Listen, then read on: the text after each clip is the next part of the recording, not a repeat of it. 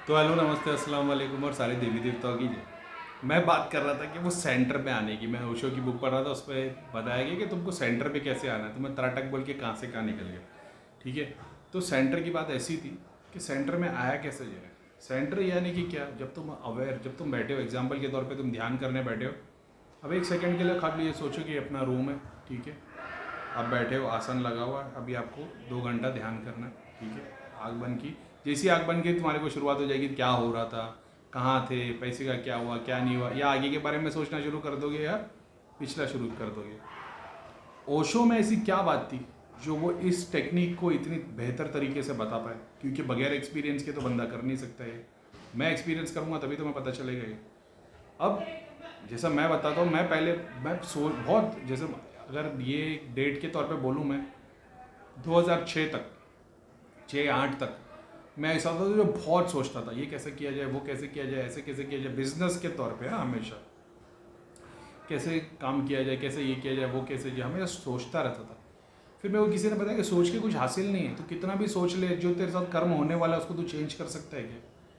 तो मैंने बोला नहीं, लेकिन अपन मेहनत तो कर सकते। तो एक वो उस टाइम पे स्टेटमेंट था कि किस्मत और नसीब ये सब कमज़ोर लोगों की बात है, लोग अपनी किस्मत खुद खुद लिखते हैं। ये इतनी बड़ी घटिया चीज़ है। ठीक है। तो वो उस टाइम पे अपनी सोच ऐसी थी कि भाई ये जो किस्मत और नसीब से कमज़ोर लोगों की बात है, तो मैं ऐसा नहीं हूँ, हम लोग अपनी किस्मत खुद लिखेंगे, उसके ऊपर काम करेंगे। अपनी सोच वैसी थी। जो एक्सपीरियंस से उन्होंने बताया था कि ये सब सोचने से कुछ हासिल नहीं होता, इस पर करने से हासिल। तो मैं सोचता था, दोनों में फ़र्क है। ऐसा करेंगे तो ऐसा होगा, ऐसा करेंगे तो ऐसा होगा, ऐसा करना चाहिए, ये प्लान होना चाहिए, ऐसा होना चाहिए। ये अपनी स्टाइल थी। उसके बाद मैंने बहुत मेहनत की लेकिन कुछ हासिल नहीं हुआ। तो मेरे को ये समझ में आया कि नहीं भाई, वो ऊपर वाले ने जो कर, और फिर जब मिला मेरे को, तो मेरे ख्याल से 2011-12 के बाद में मैंने कंस्ट्रक्शन शुरुआत कर दी थी, 12-13 शायद तक। तो उसके बाद में मेरे को माशाल्लाह सब कुछ अच्छा ही होता रह गया। तो मेरे को ये समझ में आ गया कि इतना टाइम मैंने थोड़ा थोड़ा वेस्ट कर दिया था, इतना सोचने की ज़रूरत नहीं थी।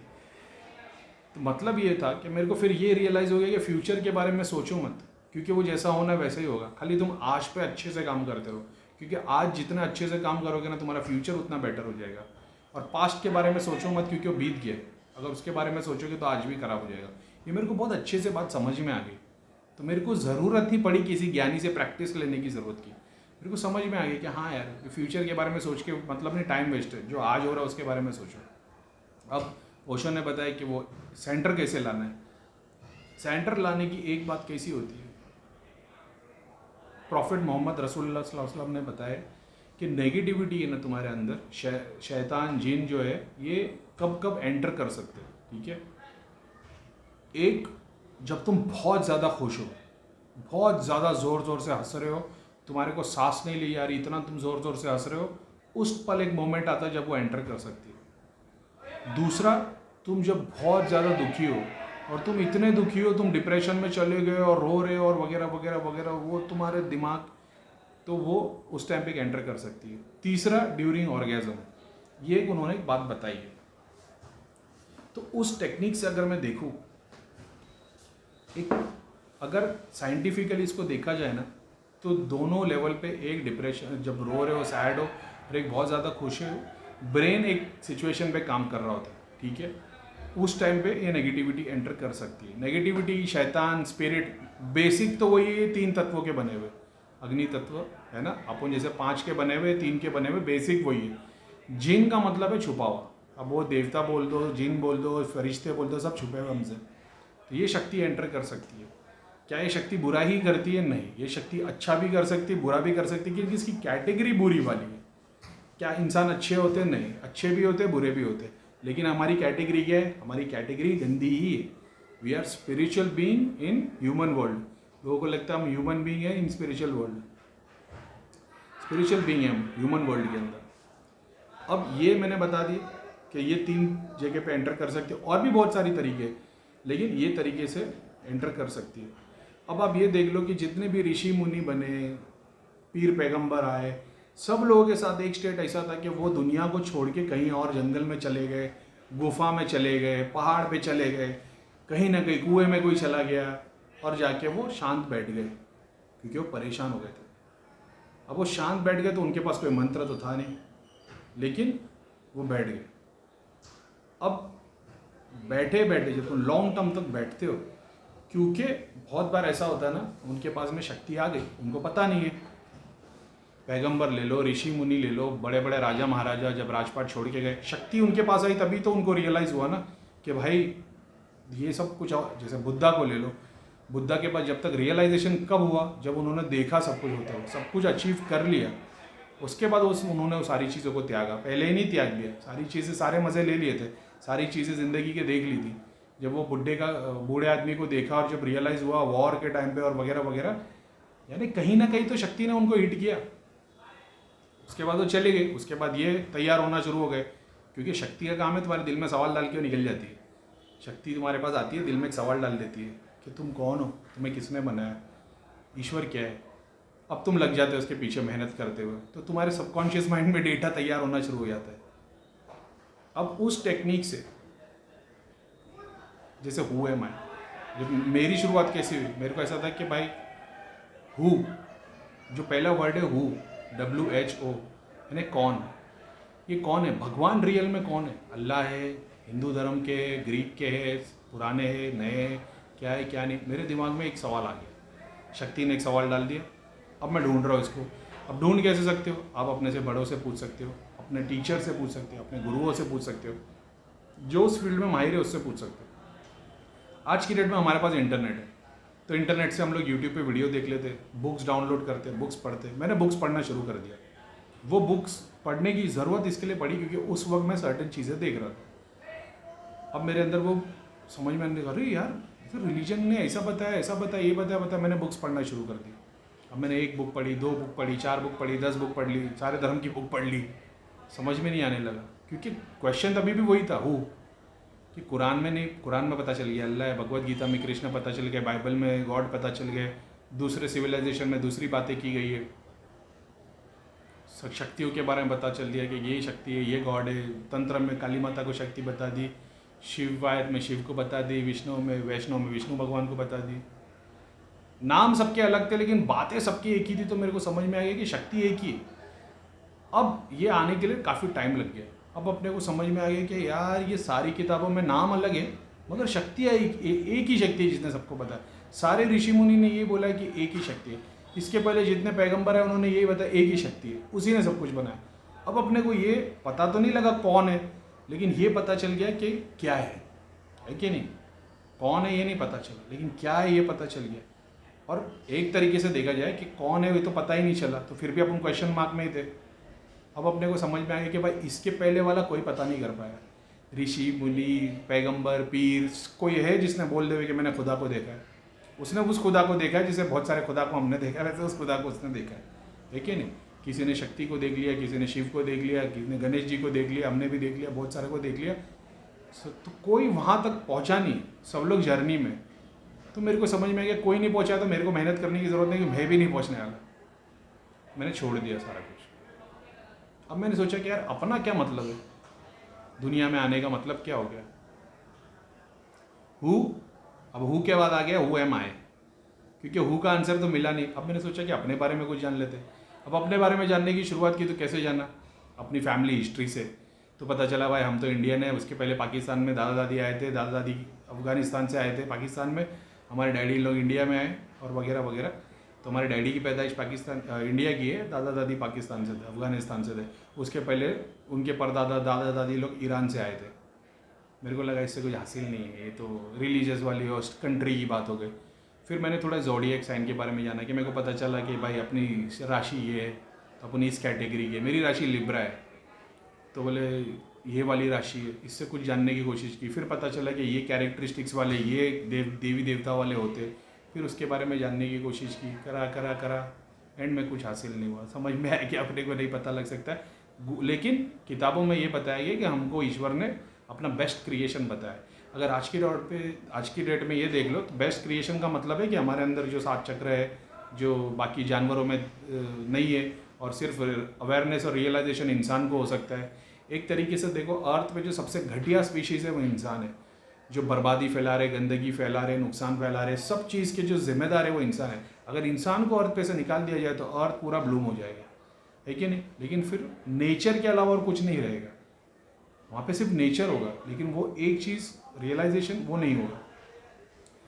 फिर मेरे पास में एक book I, the red planet. अब वो बुक कहीं नहीं मिल रही, उसका नाम भी कुछ और था। मेरे पास कुछ पेजेस आए थे उसके, PDF के थ्रू, एक दोस्त ने दिया था, बोले पढ़ के देख क्या दिखता है। उसमें लिखा था कि अर्थ के बाजू में से 72,000 ईयर्स में एक प्लानट घूम के आता है। तो ये जो घूम रहे हैं ना, अचानक में 72,000 में एक ऐसा टाइम आता है जब दोनों आजू बाजू में आते हैं। ये रेड प्लानट है, ये मार्स नहीं है। इसमें से कुछ लोग आए अर्थ पे, ये आए सोने की तलाश में, गोल्ड की तलाश में। इन लोगों ने गोल्ड निकालने के लिए अपने वर्कर्स लगाए, तब इनको बहुत ज़्यादा मेजॉरिटी में वर्कर्स की ज़रूरत थी। तो इन लोगों ने ना एक्सपेरिमेंट किए, शेर को और मतलब अलग अलग जानवर को, एक कैटेगरी को दूसरे से मिला है। जैसे शेर को गाय के साथ में मिला, शेर का सर गाय की बॉडी, इंसान का सर, इंसान तो नहीं था, बहुत देर के बाद आया। बहुत 2 जानवर को लेके इन लोगों ने काट के जोड़ के उन लोग ने ट्राई करके देखे। तकलीफ ये होती थी कि ये जो भी कैटेगरी बनाते थे ना, इसकी रिप्रोड्यूस नहीं कर पाते थे। जैसे फिर इन्होंने उसमें अपना तत्व डाला। अपना तत्व जब इन लोगों ने डाला तो इन लोगों ने ऐसा किया, हाफ बॉडी ह्यूमन की, हाफ बॉडी जानवर की। शेर का सर, इंसान की बॉडी, इंसान का सर, शेर की बॉडी, घोड़े का सर, इंसान की बॉडी, इंसान का सर, घोड़े की बॉडी, ऐसे करके ट्राई किया। शक्तियाँ इसमें इनों में भी आ गई, लेकिन ये रिप्रोड्यूस नहीं कर पाते थे। उसके बाद इन लोग ने ऐसा किया, खुद का DNA और खुद की ह्यूमन जो इन लोग की जो बॉडी थी, बड़ी थी, ये खाली मतलब 15 फीट 20 फीट के थे, इन्होंने 6 फुट के पुतले पे मिट्टी को यूज़ करके बॉडी बनाई। अब मेरा माइंड हिट कर दिया, बोला यार ये क्या हो रहा है। मिट्टी को यूज़ करके इन्होंने बॉडी बनाई, उसमें अपना तत्व डाला। ये वो पहला क्रिएशन था जो रिप्रोड्यूस कर पाता था। और उन लोगों ने बताया कि सारे जितने हमने चीज़ें इन्वेंट की, उसमें सबसे बेस्ट क्रिएशन हमारा ह्यूमन बीइंग था, क्योंकि ये रिप्रोड्यूस कर पा रहे थे। मगर ये 6 फीट 5 फीट से ज़्यादा नहीं पढ़ते थे। सेम चीज़ कुरान में बताई है, सेम चीज़ उपनिषद में बताई कि ईश्वर ने ऐसे क्रिएट किया है। मैंने बोला यार अभी इजिप्ट की स्टोरी तो 5,000 साल पहले की है, और अपने भगवानों की किताब तो लाखों साल पुरानी की है। आज के डेट में पता चलता है, जो बाढ़ आई थी, जो बाढ़ के जो क्या बोलते हैं, जो प्रिंट्स है इजिप्ट में, आज वो उनको पता है कि पिछले 1 लाख साल में तो कभी बारिश हुई नहीं है। तो ये जो बारिश हुई थी वो 1 लाख साल पहले आई थी। तो ये जो इजिप्ट का पिरामिड है 5,000 साल नहीं, लाख साल पुराना है। तो अपने को समझ में आने लगा, अच्छा ठीक है, हो सकता है उतने 72,000 के हिसाब से वो 1.5 लाख साल पहले आए हो, उन्होंने वो सारी चीज़ें बनाई हो। फिर उन लोगों ने सबको काम पे लगा दिया, ह्यूमन रिप्रोड्यूस करने लग गए, हज़ारों करोड़। इनका काम यही था गोल्ड लेके आना, और कुछ नहीं। और इनके पास सारी साइंस थी, इंजीनियरिंग, केमिकल फार्मूला, अल्काइमी जिसको बोलते हैं, और वगैरह वगैरह सारी चीज़ें थी। इनके अंदर एक बंदा था जिसका नाम था, और इनके खुदा थे रा और एल। रा यानी सन गॉड, एल यानी जो माया बताई गई है वो, और इनका गॉड था आइसिस। तो ये पीपल ऑफ इज़राइल बोला जाता था इनको। तो पीपल ऑफ आइसिस, रा यानी एल यानी गॉड, आइसिस जो थी वो माया बताया गया एक तरीके से। पुराने सिविलाइजेशन में जाओगे तो सूर्य की पूजा करते थे। बहुत सारे लोग लगता है सूर्य, वो सूर्य नहीं है, वो एक्चुअल में ऐसा है कि वो जो बंदे के बारे में बताया, जैसे राजा के सर पे वो सन बना देते थे, उनका मतलब ये था कि ये हमारा भगवान है, ये हमारा देवता है। तो वो सन नहीं था, वो एक्चुअल में एक लाइट थी। ऐसा था कि वो लाइट के थ्रू सब कुछ आया। सन भी बोला जाए तो कोई नुकसान नहीं, लेकिन वो एनर्जी की सोर्स है। ऐसा था कि वो एनर्जी के थ्रू सब क्रिएट हुआ है। तो वो था रा, उसकी बीवी थी आइसिस, और ये था गॉड एल। अब इन लोग ने जो क्रिएशन किया सारे इंसानों का और सारे लोग हैं, ये लोग जब काम करने लगे ना, तो इनमें था एक थॉट, इनकी स्पीशीज़ में, इज़राइल के, जिसका मुंह ऐसा लंबी चोंच वाला है, और ये सबसे ज्ञानी था। अब अगर ज्ञानी की बात किया जाए ना, तो सारे धर्म में अगर आप देखोगे तो एक ना एक ज्ञानी खुदा की बात होती है। जैसे अपने धर्म में सरस्वती माता, तो सरस्वती माता और जो ब्रह्मा है, तो इन लोग दोनों क्रिएटर, और इनका मतलब ये साइंस और सारी मतलब ज्ञान की देवी, नॉलेज की देवी बताई गई है ऐसा। तो वैसे ही आप ग्रीक में जाओगे तो एक है, एस्ट्रल में है, एज़टेक में है, और दुनिया भर के सिविलाइजेशन है, उसमें से ये एक था थॉट। और इनकी जब कैरेक्टरिस्टिक्स आप पढ़ोगे ना, तो अब सरस्वती माता की पढ़ो या थॉट की पढ़ो, तुम्हारे को आंसर सेम ही दिया रहेगा कि ये चीज़ के माहिर थे, इनको ये चीज़ों की नॉलेज थी, ये नॉलेज के गॉड है, ये इनकी ये फील्ड थी।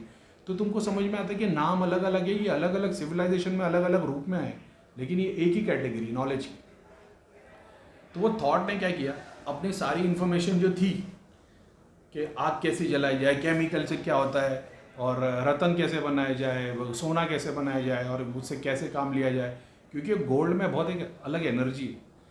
ईश्वर नहीं, देवी देवता की बहुत सारी एनर्जी गोल्ड के थ्रू क्रिएट की जा सकती है। क्रिएट यानी कि पुल की जा सकती है। बहुत सारे काम के लिए गोल्ड लगता है ऐसा, तो उनके वो एनर्जी के लिए उनको गोल्ड लगता, तो उन लोगों ने गोल्ड मांगा, वो गोल्ड के लिए अर्थ पे आए थे। तो थॉट ने ये जब देखा ना कि ये लोगों से इतने लाखों करोड़ों की पॉपुलेशन हो गई है और इन लोग काम किए जा रहे, उसने इन लोगों की सारी इन्फॉर्मेशन जो डेटा था इन लोगों के पास, थॉट ने पब्लिक को दे दिया। और फिर अलग स्टोरी आती है कि बाद में उसको मार दिया गया उस वजह से, या कहीं पे आता है कि उसको ऐसी सज़ा दे दी कि क़यामत तक सज़ा मिलेगी, कहीं पे आता है कि वो अर्थ में ही भाग गया और बाद में आज भी वो कहीं पे छुपा हुआ है वो देवता। लेकिन एंड ऑफ द डे बात ऐसी थी कि ये हो गया था। अब ये लोगों के पास ये सारा डेटा आ गया, केमिकल क्रिएशन, इन्वेंशन, आग तैयार करना, केमिकल कैसे अलग अलग केमिकल कंपाउंड से चीज़ें बनाई जाए। अब ये लोगों को ना, ये पब्लिक जो थी ना, इनको खुदा मानती थी। अब जब इनके पास डेटा आ गया तो इन्होंने इनको खुदा मानना बंद कर दिया और ये इनके खिलाफ खड़े हुए। जब खिलाफ खड़े हुए तो ये लोग अपने स्पेसशिप में भाग गए और फिर वो प्लानट में आ गए वापस। वो 72,000 ईयर्स के बाद में प्लानट आया, ये लोग यहाँ गए और ये वापस चले गए। अब इनका मानना है कि 72,000 ईयर्स के बाद फिर से वो प्लानट यहाँ पे आएगा और फिर से ये लोग अपने पास आ जाएंगे। अब मेरे दिमाग में ऐसा आ गया कि सारे धर्म एक तरफ और ये रेड प्लानट की किताब एक तरफ, इसने इस तरीके से बताया। अब मेरे को ये समझ में आ गया कि भाई कुछ हासिल नहीं है। हु को समझने की कोशिश की, नहीं समझ में आया। आई को समझने की कोशिश की, नहीं समझ में आया, क्योंकि हर धर्म में लिखा है कि हमने आपको बनाया। तो मेरे को समझ में आया कि भाई यहाँ से भी नहीं आ सकते। उसके बाद जब तक मैंने ध्यान में वो एक्सपीरियंस नहीं किया था, आई एम नथिंग, तब तक मैं क्वेश्चन मार्क में था। क्योंकि जब आप ध्यान करते हो ना, जो सारे सिविलाइजेशन में बताया गया है कि who am, try to know who are you, अपने आप को जानने की कोशिश करो। जब मैंने अपने आप को जानने की कोशिश की ज्ञान से, तो मैं नहीं मान पाया। जब मैंने ध्यान करना शुरू किया, ध्यान में एक मौका ऐसा है जब मैंने देखा मेरी बॉडी है, मैं अलग अलग फील्ड में हूँ, मैं सांप के रूप में, कुत्ते के रूप में, शेर के रूप में, बादशाह के रूप में, और दुनिया प्लैनेट्स के रूप में अपने आप को देख रहा हूँ। सबकी लाइन मेरे से जुड़ी है, सबकी चेस्ट से, और वो सारी शक्तियाँ मेरे को अपने चारों तरफ दिखाई दे रही है। उसके बाद मैंने अपने आप को देखा, फिर मैंने देखा मेरे घुटने के पास में एक एटम हूँ, एटम से फिर बाद में ब्लड सेल के बाद में एक छोटा सा एटम होते होते फिर रेशेज आके और फिर सब कुछ गायब हो गया और नथिंग।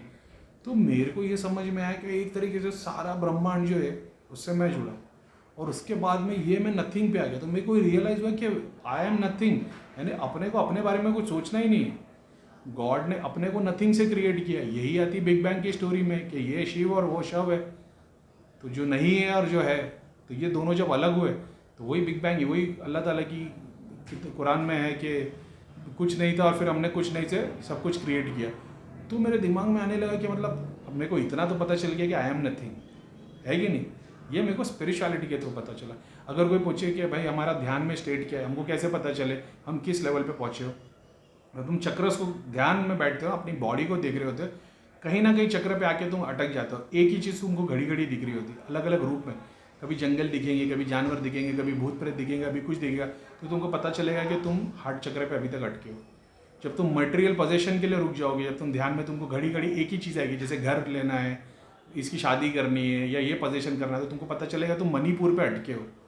अगर तुमको घड़ी घड़ी एक ही ख्याल आता है कि तुमको लड़की पकड़ानी है, या घूमना है, या किसी के साथ चाहिए, या 10 लड़की घुमानी है, 10 लड़कों के साथ में घूमना, अगर कोई लड़की है, जो भी ख्याल है, तुमको पता है तुम स्वादिष्टान में अटके हो। ऐसा है।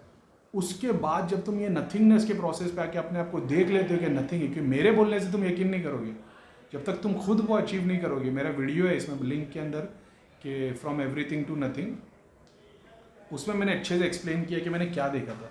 जब मैंने ये देखा ना, तो मेरे को, अब उस वक्त तो मेरे को रियलाइजेशन नहीं था, मेरे को ऐसा लगा कि मैंने देख लिया कि भाई अपना पूरा शरीर नथिंग से बना हुआ है। यानी अगर आप इसको जूम करो तो जूम में स्किन आएगी, बोन्स आएंगे, ब्लड सेल्स आएंगे, एटम्स आएंगे, और एंड में एक ऐसा चीज़ आ जाएगा जहाँ पे सिर्फ लाइट और वेव्स दिखाई देती है, और वो भी हटा दोगे तो नथिंग। यानी गॉड ने तुम्हारी पूरी बॉडी नथिंग से बनाई है। तो ये सारा ब्रह्मांड भी नथिंग से बना है, और वो ही नथिंग शव है।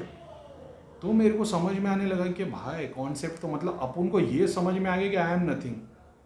अब अपने को आना आई एम वॉट, क्योंकि अब समझ में आ गया आई एम नथिंग हो गया।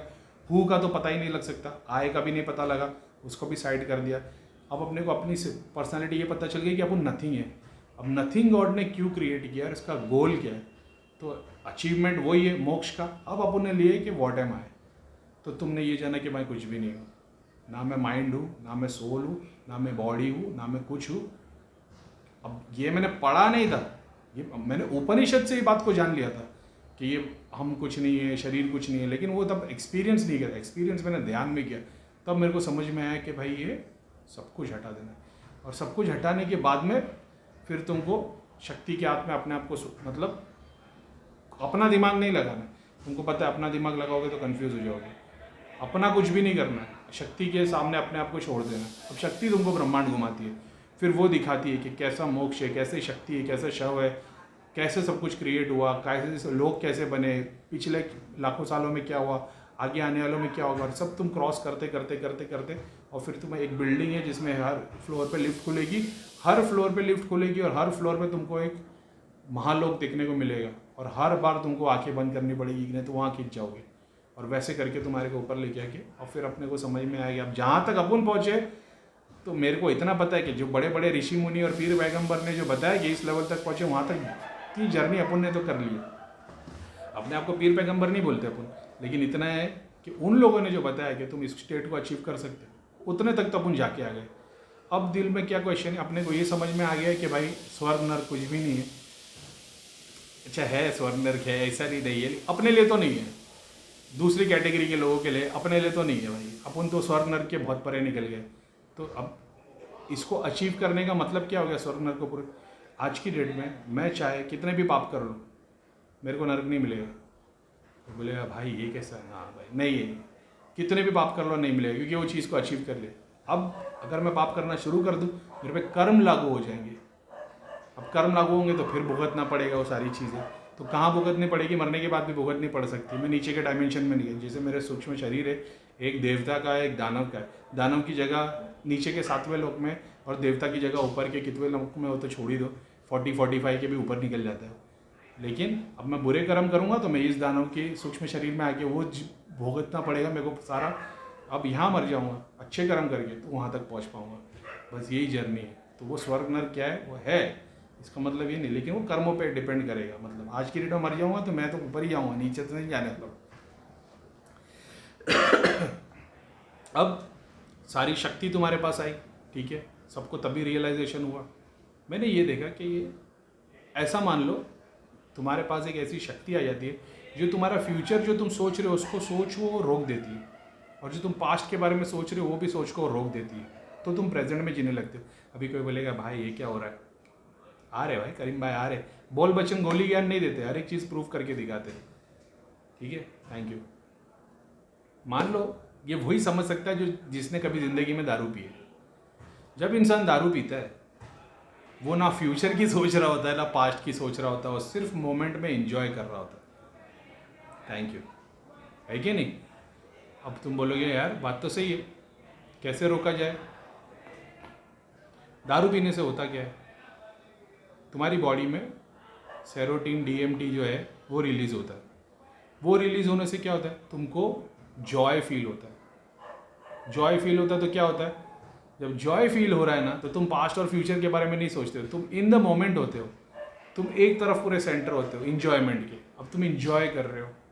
अब अगर मैं ये बोलूँ कि एक शक्ति तुम्हारे बाजू में खड़ी होती है जो तुम्हारा सिर्फ DMT रिलीज़ करने का ही काम करती है, क्योंकि उसकी भी खुराक वही है, वही वो चाटने वाला है। शक्ति अभी तो है, अब ज़रूरी नहीं शक्ति भोग नज़रों से लेती है, चाटती नहीं है। अगर तुम लौंग इलायची रखते हो तो शक्ति आके उसको चाटेगी नहीं, ठीक है। वो दानव वाले जो है कैटेगरी उनका काम है। शक्ति खाली आँख से देखेगी। एग्जाम्पल के तौर पे जब प्रसाद आप मंदिर में चढ़ाते हो तो देवता खाली आँख से उस प्रसाद को देखते हैं और उनका पेट भर जाता है, उनको वो मिल जाता है। ऐसा है। आदमी बोलेगा ये कैसे होता है, जैसे तुम खाना खाते हो वैसे सारा ब्रह्मांड खाना नहीं खाता भाई। जैसे पेड़ है, पेड़ खाना मुँह से नहीं खाता है, धूप उसके पत्तों पे आके गिरती है, फोटोसिंथेसिस का प्रोसेस होता है तो वो खाना अंदर बनाता है और कंज्यूम करता है। उसी तरीके से देवता जो होते हैं वो भोग को देखते हैं आँख से।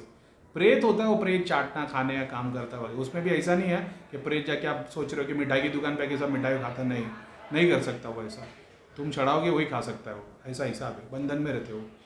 तो उस तरीके से ये आँखों से देखते हैं। और वो अब क्यों मैंने बताया कि जब प्रसाद लेने के बाद में तुम खाते हो तो तुम्हारे अंदर वो एनर्जी आती है, क्योंकि देवता जब उसको देख रहे होते हैं ना वो एनर्जी उसमें आ जाती है, समझ गए, लेज़र की तरह। अब ये जो चीज़ है ये ऐसा समझ लो, ये तुमने मिठाई रख दी, मिठाई को लेज़र की तरह देवता ने देखा, ये मिठाई ना पूरी लाल कलर की आग की तरह जलने लग गई।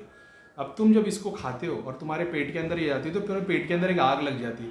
आग से क्या जलता है? तुम्हारी नेगेटिविटी, भूत प्रेत, तब तकलीफें, ये सब जलना शुरू हो जाता है। ये है प्रसाद का कॉन्सेप्ट। शायद पहले वीडियो में बताया ये सारी बातें।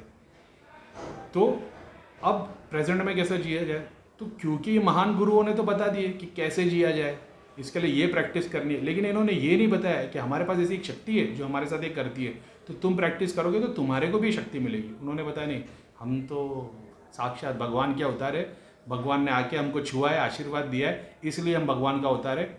जैसे जादूगर अपने जादू के सारे खेल दिखा रहा होता है और पब्लिक को एकदम लेके आता है एक्साइटमेंट में, और पब्लिक सोचती है अरे यार ये तो पानी पे चल रहा है, तो जादू दिखा रहा है, ये कर रहा है, वो कर रहा है। फिर अपने ऐसा एक आता है जो सब कुछ रिवील करके बताता है कि हाँ ये भगवान नहीं है, गुरु लोग, ये जितने गुरु पेपर पे लिख के दे रहे हैं सबके पास करण पिशाचिनी खड़ी है और अलग अलग चीज़ें हैं। क्या बोलूँ, अभी जा रहे थे, ठीक है। तो दुनिया भर की तामसिक चीज़ें हैं, इन लोगों ने तंत्र के थ्रू आजमाई है। जो मेरे को एक मेरे दोस्त ने बताया था, शनिदेव और हनुमान जी के नाम से कोई गलत काम नहीं कर सकता, क्योंकि करेगा ना तो ये ऐसे देवता जो उसी के ऊपर प्रकोप डाल देते हैं। मेरा है ना इसमें बहुत ज़्यादा विश्वास था कि मैंने ये जान लिया था कि शनिदेव और हनुमान जी एक ऐसे देवता है ना कि इनका भगत गलत काम नहीं कर सकता, तो इनके जो भगत रहेंगे ना वो हमेशा सच्चे रहेंगे। बेड़ा गरा दोस्त का जिसने मेरे को बात बताई थी, क्योंकि मैंने इतने सारे हनुमान जी और शनिदेव के भक्त को देख लिया हो ना भाई कि क्या बताओ, जो सारे गलत काम करने वाले। लेकिन ठीक है, अभी अपन को जो शनिदेव ने किसी काम के लिए चूज़ किया और हनुमान जी ने किसी काम के लिए चूज़ किया। हनुमान जी के नाम पे लोग खिलवाड़ कैसे कर रहे हैं, शनिदेव के नाम पे खिलवाड़ कैसे कर रहे हैं, से बहुत सारे एग्जाम्पल अपन ने देख लिए। तो वो तो मैं बिलीव नहीं करता कि शनिदेव और हनुमान जी के नाम से अगर कोई काम करे तो उसके ऊपर प्रकोप पड़ जाता। नहीं भाई, सारे बेड़ा गर्क करने का काम कर रहे हनुमान जी और शनिदेव के नाम पे और उनको कुछ नहीं हो रहा है, ठीक है। तो मैं और क्लियर हो गया कि भगवान ने तो बताया भाई तुम्हारे पर चॉइस है, जो चाहे करो, कर्म तुम पे लागू हो जाएंगे ऐसे। तो मैंने वो जाना। अब बात प्रेजेंट में रहने की कैसे आई, तो मैंने ये देखा कि भाई ये जो शक्तियाँ जो इनके पास थी ना, ये इनको ब्लॉक कर देती थी। ये ब्लॉक करने के बाद इनका DMT रिलीज होता रहता था। अब DMT रिलीज होता रहता तो 24 घंटे नशे की हालत में रहते। 24 घंटे की नशे की हालत में रहते तो होता ये है कि जब ये बात कर रहे होते हैं ना, तो ऐसा समझो जैसा मैं बोल रहा हूँ ना, तो मेरे पीछे से एक शक्ति बोले जा रही है, ज्ञान आया जा रहा है, मुँह से नहीं बोल रही, लेकिन ऐसा समझ लो कि मेरे अंदर वो ज्ञान आया जा रहा है। ऐसा समझो 1 सेकंड पहले यहाँ पे कुछ बज रहा है, यहाँ पे से कुछ स्पीकर पे से आवाज़ आ रही है, मैं वो सुन रहा हूँ और तुमको बोले जा रहा हूँ। इतने बड़े बड़े ज्ञानियों ने जो ज्ञान की बातें की ना, वो पीछे शक्ति खड़ी रख के बातें की है। और इन्होंने बताया नहीं हम ज्ञानी, हम सर्व है, सब कुछ है, प्रधान है, ये है, वो है, फलाना डेम का, कुछ भी नहीं है, सारा शक्तियों का काम है। तो ये इसका मतलब क्या, भगवान ने यही सारी शक्तियाँ है, भगवान है, ये लोग भी तो अपने कर्म काट रहे। जो शक्तियाँ ओशो के पास, सदगुरु के पास आई है, वो लोग भी तो एक सर्टन जगह पे जाके रुक गए ना, उनको पता चल गया इसके आगे नहीं बढ़ पा रहे, तो उन्होंने ऐसा बंदा ढूंढ लिया जो इस नक्षत्र में पैदा हो, वही वो पहुँच सकता है, तो सारे वहाँ जमा हो गए। ये वैसी बात है, तुमको बताया नहीं जा रहा। मैं एक ऐसा जो तुमको बता रहा हूँ कि भाई ये इस तरीके से काम हो रहा है, ये इस तरीके से काम हो रहा है। तो जैसे शराब पीने पे तुम्हारा DMT रिलीज होता है और तुम पास्ट प्रेजेंट के बारे में सोचते नहीं, तो फ्यूचर के बारे में सोचते नहीं, तुम बस मोमेंट में जी रहे होते और इन्जॉय कर रहे होते। अब जो बंदा 24 घंटे नशा कर रहा होता है, उसको चिंता ही नहीं होती पास्ट। आप किसी को भी देख लो शराब पीने वाले को, जो रास्ते का बेवड़ा होता है 24 घंटे दारू पीते, उसको पड़ी ही नहीं क्या हो रहा है दुनिया के साथ, बम मार रहा है कोई प्राइम मिनिस्टर है, कोई क्या हो रहा है, उसको कुछ फ़र्क नहीं पड़ा। वो आज में जी रहा है, उसको पास्ट प्रेजेंट दुनिया माया कोई लेना देना नहीं, समझ रहे हो। तो उसके कर्म उस हिसाब से सोचो। शराब पीने का उसको वो लगेगा, लेकिन किसी का नुकसान नहीं कर रहा, वो अपने में ही जी रहा है, लेकिन उसका यूज़ क्या कर रहा है, शराब का। सेम चीज़ अघोरी होते जो गुफाओं में बैठे चरस पी के, चिलम फूक के 24 घंटे ये एक के बाद एक दम मारते जाते हैं, और इनका दिमाग वैसे ही DMT रिलीज करते ही रहता है। बस होता है फ्यूचर में इनकी डोज बढ़ जाती है, उनको फ़र्क नहीं पड़ता उनकी डोज बढ़ने से, क्योंकि उनको पता हमारे पास तो बहुत सारा माल आ जाएगा। पहले तो मुश्किल होती थी, आज तो आसान है, अब बहुत सारा माल आ जाएगा। अब क्योंकि शक्तियों को भी डेटा ट्रांसफ़र करने के लिए तुम्हारी ब्रेन की उस स्पीड पे आना ज़रूरी है। जब तक वो थीटा वेव डेल्टा वेव्स पे नहीं आएंगे, तब तक उनका भी वो भी स्पीच नहीं दे पाएंगे। इसके लिए ध्यान करना जरूरी है। ध्यान करने से तुम्हारा दिमाग स्लो हो जाता है। जैसे दिमाग स्लो होता है तो शक्तियाँ बोलने लग जाती है। अब मैं फास्ट बोलता रहूँगा ना, तो वहाँ से स्पीड टूट जाएगी। मैं स्लो बोलता हूँ, आपको एक एक चीज़ समझाता हूँ, तो मैं एक लाइन बोल रहा हूँ तो पीछे से 4 लाइन मेरे पास आ जाती है, क्योंकि एक बंदा बता रहा है कि शक्तियों के थ्रू ऐसे काम लेता है। भगवान मत बनाओ गुरुओं को और सारे लोगों को, यही बताने की कोशिश की। तो ये है वो प्रोसेस सेंटर में लाने का, समझ रहे हो। तो बोले भैया हम कैसे कर पाए, एक नशे से कर सकते हो, दूसरा शक्ति के थ्रू कर सकते हो। बस वो शक्ति तुम्हारे पास अवेलेबल होनी चाहिए। मैंने हाथ जोड़ के कृपा मांग के रियलाइज़ करवाया मैंने वो शक्ति भी देखी है कि कैसे सांस लेने से क्या होता है, सेंटर में कैसे आया जाए। जो मेरे को जानता है उसको पता है मैं शक्तियाँ कहीं से भी पुल कर सकता हूँ। ओशो भी, क्योंकि ओशो को एक रीज़न है इसका मतलब ये नहीं ब्रह्मांड की कोई भी शक्ति में खींच लूँ। जिसके बारे में मैं जानता हूँ, जिसको मैं ओशो की स्टडी को बहुत अच्छे से फॉलो करता हूँ, और जितना मैंने जाना हूँ, मैंने इतना जाना हूँ कि ओशो जैसा कोई गुरु नहीं रहा है। कैसे वो प्रेजेंट में रह पाते थे, हर चीज़ में खुशी कैसे ढूंढ लेते थे, क्योंकि वो नशे में थे। आपने बहुत सारे सदगुरु के वीडियो देखे होंगे जहाँ पे सदगुरु बता रहे हैं कि भाई देखो मैं 24 घंटे नशे में रहता हूँ लेकिन मैंने आज तक कभी नशा नहीं किया है। तो उनको ये किसी ने नहीं पूछा कि ये कैसे कर लिया आपने, तो उन्होंने बताया ध्यान करके। कोई ध्यान करके नहीं, सब तंत्र की विधि है, शक्तियाँ करवा दी, शक्तियों से 24 घंटा नशे में रहता है। 24 घंटे नशे की वजह से वो 24 घंटे रियलाइज़ रहता है। वो पास्ट प्रेजेंट फ्यूचर किसी के बारे में नहीं सोच रहा था, उसने अपने आप को समर्पित कर दिया है शिव के सामने। अब सारी जिम्मेदारी शिव की है। जो मैं बोलता हूँ सातों चक्रों के सातों शिव खड़े, सातों सूक्ष्म शरीर को शिव कर दिया, उसने शिव की इतनी उपासना की है। यानी अगर 5 करोड़ मंत्रों से कैलकुलेट करूँ या 4 करोड़ से, तो 20 करोड़ 25 करोड़ मंत्रों का जाप किया होगा। अब ज़रूरी नहीं 25 करोड़ मंत्रों का जाप करेंगे तो वो सिद्धि, 25 करोड़ मंत्र जाप करने से अच्छा उसको यंत्र और तंत्र के साथ मिक्स कर दो, तो 25 करोड़ का हम 2.5 करोड़ कर देंगे। 2.5 करोड़ मंत्रों में उतनी चीज़ अचीव हो जाएगी। गुरु ने तुमको यंत्र बना के दे दिया, मंत्र दे दिया, तंत्र का प्रोसेस बता दिया कि ये अमावस्या पूर्णिमा इतने दिन इतनी ये साधना करनी, वो उन्होंने कर लिया और वो अचीव कर लिया। तो जो उन्होंने 200 साल में अचीव करना था वो उन्होंने 10 साल में कर लिया या 2 साल में कर लिया, क्योंकि वो थी। अब तुम बोलो कि भाई बिना गुरु के साधना करना कैसा है, बिना गुरु के तुम साधना, सेकेंड वीडियो लेते हैं यार मूड में अपन, ठीक है। तो नमस्ते, सलाम वालेकुम, इसके बाद वाले वीडियो में मिलते हैं।